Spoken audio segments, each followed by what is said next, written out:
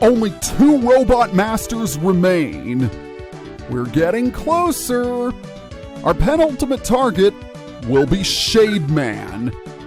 Before you select him, be sure to hold down the B button.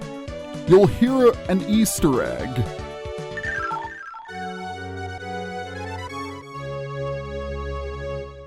Does that sound familiar? Well, it should if you're a Capcom fan, because that is the intro to Ghosts and Goblins, a game I have no intention of playing on this channel.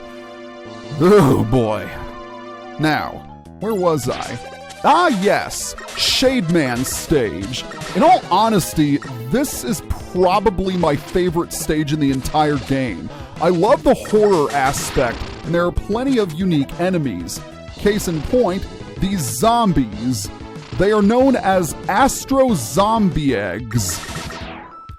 This is also the best place to farm bolts, so if you're running low on money, this is the place to be. By the way, those robotic crows are known as Sirens.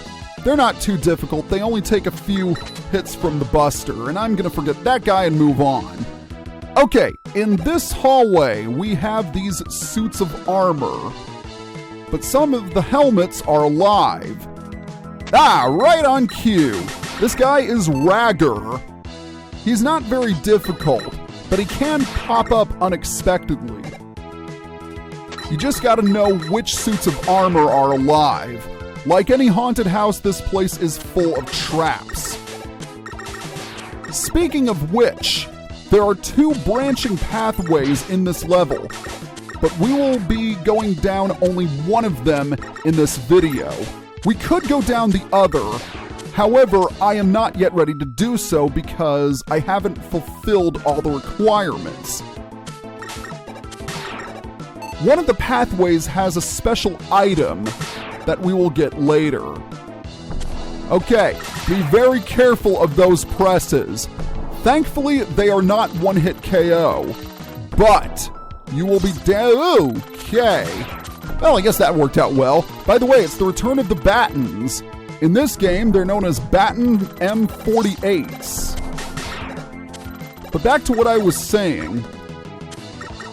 We'll need to encounter someone in Turbo Man stage before we go on the other branching path here. Speaking of which, let's go ahead and equip the Thunderbolt because we've got a mini-boss coming up. Say hello to Van Pookin. There are 2 different ways you can take this guy on. You can destroy his outer shell or his inner shell. And you'll go down a different path depending on what approach you take to killing him. Thankfully, this guy is not too difficult. I personally am going to destroy his outer shell because there's a secret item that we'll need. In fact, there's a secret item in both branching paths. Now, in order to destroy his outer shell, you need to fire at his eyes. And as far as I'm concerned, this can only be done with the Thunderbolt. The attacks are really easy to dodge as long as you stay on opposite ends of the room, and presto! The path we're taking is on the right. Alternatively, you can go down. Oh, I wasted too much time there, didn't I? The Thunderbolt also takes out the zombies in one shot. Okay, good. Looks like we'll have a second chance to get some health. Upsy daisy rush. Good boy. Okay, what do we have to deal with next? Oh, these guys. These are Gilliam Knights. They have 2 different forms. Their humanoid form is much easier to deal with. I don't think the rush coil can reach that extra life, so we'll have to rely on the rush jet instead. And it's ours. Awesome. So let's get back to the pea shooter of doom. The Gilliam Knights also have a wolf form, which is much more dangerous. Not only that, it takes a lot of hits. Thankfully, this is the only stage in the game where they appear. And speaking of which, there are the Gilliam Knights in their wolf form. And I actually managed to defeat one. These are probably one of the most dangerous enemies in the game. But there is a gimmick about them. They only appear if exposed to moonlight. So that's really important to know. And we've got the return of the true shield attackers, Joy. Also, there is a painting of Count Wily up there. I know it's Dr. Wily, but he's wearing a vampire cape. It's Count Wily in this case. And that painting is not just for show. If we use the rush search, we will find a secret item. And this item returns from Mega Man 6. Very much in your best interest to grab it. Another reason why you want to take this path first. It's the Super Adapter! No, actually, it's not the Super Adapter. It's the Energy Balancer. That's what it is. The Energy Balancer serves exactly the same purpose as it did in Mega Man 6.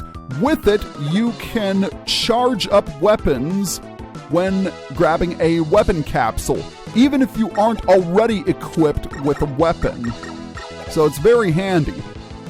The downside is your weapon won't be charged as much as if you had equipped it. Oh, hi, Base.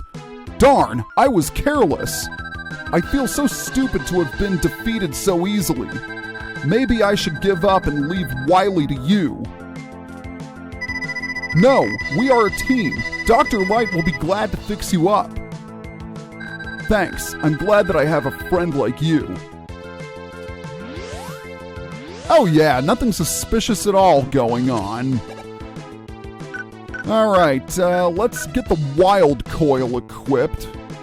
On second thought, I'm going to start off with the Buster and charge up a shot. Well, this is certainly a sinister looking room, and speaking of which, hello, Shade Man. Oh, and look at that, he bows like a gentleman. Now is the time to get the Wild Coil. Shade Man can be a little tricky. When he stops in the air, he's going to swoop down on you and try and suck your health. Be very careful because in the process, he'll heal some of his own HP. He can also fire energy shots as well as sound waves. Now, when he stops, that indicates he's going to swoop down on you. Yeah, not a tough fight at all if you have his weakness, which is obviously the Wild Coil. Robot Master weapon number 7! Oh, exciting times indeed. The Noise Crush generates a powerful sound wave, doesn't it? Yes, and you can amplify the wave by absorbing the reflected wave with your body. The Noise Crush is definitely an interesting weapon to say the least, and if you're good enough, you can actually destroy a couple of bosses in one shot with it. I, however, am not that good. But I digress. With Shade Man's defeat, we only have one Robot Master left, which we will take on in the next video. See you guys next time.